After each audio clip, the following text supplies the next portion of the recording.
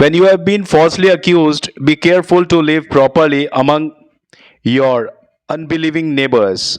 Then, even if they accused you of doing wrong, they will see your honorable behavior and they will give honor to God when He judges the world. This is First Peter 2 is to 12. Here the words from First Peter 2 is to 12 translated into Hindi. And further, Bible references and characters that relate to the theme of living honorably when falsely accused. 1 Peter 2:12।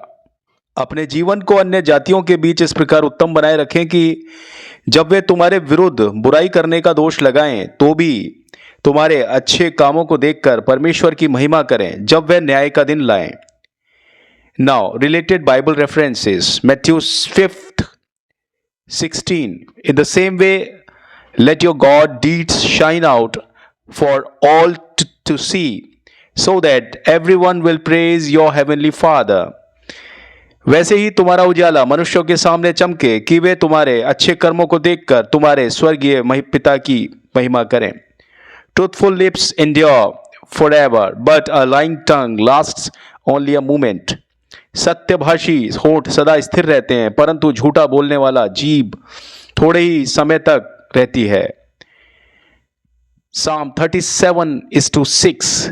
He will make your righteous reward shine like the dawn, your vindication like the noonday sun. वह तेरा धर्म प्रकाश के समान और तेरा न्याय दोपहर के सूर्य के समान प्रकट करेगा। Romans 12:17 and 18.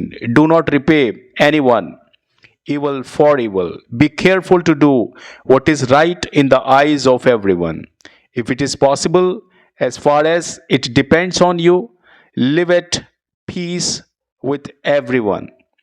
बुराई के बदले बुराई ना करो, सब मनुष्यों के साथ मेल मिलाप रखने के लिए जहां तक तुम पर निर्भर है प्रयत्न करो। Exodus 23:1. Do not spread false reports. Do not help a guilty person by being a malicious witness. झूठी बात ना फैलाओ और ना दोषी के पक्ष में झूठा साक्षी बनकर खड़े रहो। Characters in the Bible falsely accused and living honorably. Joseph, Genesis 39:6-20. Accused of attempting to seduce Potiphar's wife. Despite this, he maintained his integrity and trusted God. Daniel 6:4-24. Accused of defying the king by praying to God. His faithfulness led to his deliverance from the lion's den. Jesus Christ, accused of blasphemy and rebellion. He lived a sinless life and forgave his accusers even on the cross. Stephen, Acts 6:8-15. Falsely accused of speaking against the law and the temple. His testimony and martyrdom glorified God. Paul, Acts 24:5-16. Accused of causing riots and desecrating the temple, he boldly proclaimed his faith and lived with integrity. Job, though accused by his friends of wrongdoing, Job remained faithful to God, proving his righteousness. David, falsely accused by King Saul of rebellion. Despite this, he showed respect and refrained from harming Saul. Bible के कुछ अतिरिक्त उद्धरण इस प्रकार हैं। यशायाह 54:17। जो हथियार तेरे विरुद्ध तैयार किया गया है वह सफल ना होगा, और जो जीभ न्याय में तुझ पर दोष लगाएगी उसे तू दोषी ठहराएगा। यह यहोवा के दासों का भाग है और मुझसे उनकी धार्मिकता है। यह यहोवा की वाणी है। 2 तीमुथियुस 3 में पद संख्या 12। और जितने मसीह यीशु में भक्ति का जीवन बिताना चाहते हैं वे सताए जाएंगे। भजन संहिता 34 में पद संख्या 19 और 20। धर्मी पर विपत्तियां तो बहुत सी पड़ती हैं, परंतु यहोवा उन सबको उनसे छुड़ाता है। वह उसकी हड्डियों की रक्षा करता है और उनमें से एक भी टूटने नहीं पाती। नीति वचन 19 में पद संख्या 5, झूठा साक्षी दंड से बच नहीं पाएगा और जो झूठ बोलता है वह नष्ट होगा। रोमियो 8 में पद संख्या 31, यदि परमेश्वर हमारे पक्ष में है तो फिर कौन हमारे विरुद्ध हो सकता है। बाइबल के पात्र और उनकी शिक्षाएं। यूसुफ, जोसेफ। उत्पत्ति पुस्तक 39 में 6 से लेकर 20 तक में यूसुफ को पोटीफर की पत्नी ने झूठा दोष लगाया। यूसुफ ने परमेश्वर में विश्वास बनाए रखा और अंत में परमेश्वर ने उसे मिस्र का प्रधान बनाया। शिक्षा यह है कि कठिनाई और अपमान के समय में भी सत्य और धार्मिकता पर स्थिर रहना चाहिए। दानियल 6 में उसे ईश्वर की प्रार्थना करने के कारण शेरों की माद में डाल दिया गया था। परमेश्वर ने उसकी रक्षा की और उसके दुश्मनों को न्याय का सामना करना पड़ा।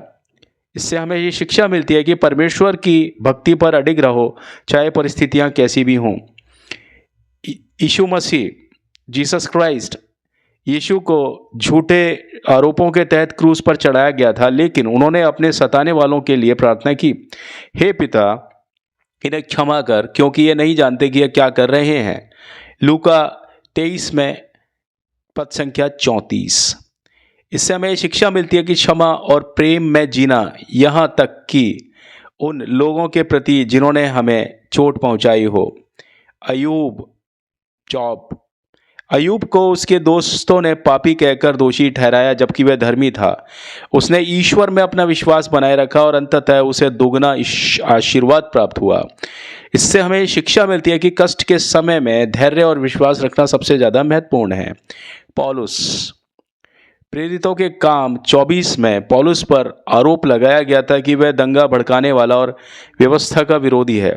उसने अपनी गवाही से सत्य प्रकट किया। इससे हमें शिक्षा मिलती है कि सच्चाई का साहसपूर्वक बचाव करो और परमेश्वर पर भरोसा रखो। दाऊद को शाऊल राजा ने झूठे आरोपों के तहत सताया, लेकिन उसने शाऊल को कभी हानि नहीं पहुंचाई। शिक्षा यह है कि अपने शत्रुओं के प्रति भी दयालु और धर्मी रहो। स्टीफन्स, प्रेरितों के काम में 6:8 से लेकर पद संख्या 15 में स्टीफनुस को धर्म निंदा का दोषी ठहराया गया, लेकिन उसने अपनी गवाही से परमेश्वर की महिमा की। इससे हमें शिक्षा मिलती है कि सत्य की रक्षा करते हुए परमेश्वर में सदा आस्था बनाए रखो। आधुनिक समय के लिए संदेश यह है कि जब भी आप पर कभी झूठे आरोप कोई लगाए, धर्म और सत्य का मार्ग तब भी ना छोड़ें। अपने आचरण को इस प्रकार बनाए रखें कि लोग आपके चरित्र में कोई भी खोट न देख सकें। परमेश्वर के न्याय पर भरोसा रखें, क्योंकि अंत में वही सत्य और असत्य के बीच भेद करता है। प्रभु यहोवा उन लोगों का न्याय करता है जो उसके पास सच्चे दिल से आते हैं। इन वचनों के जरिए परमेश्वर आपको बहुतायत से आशीष दें। आमीन।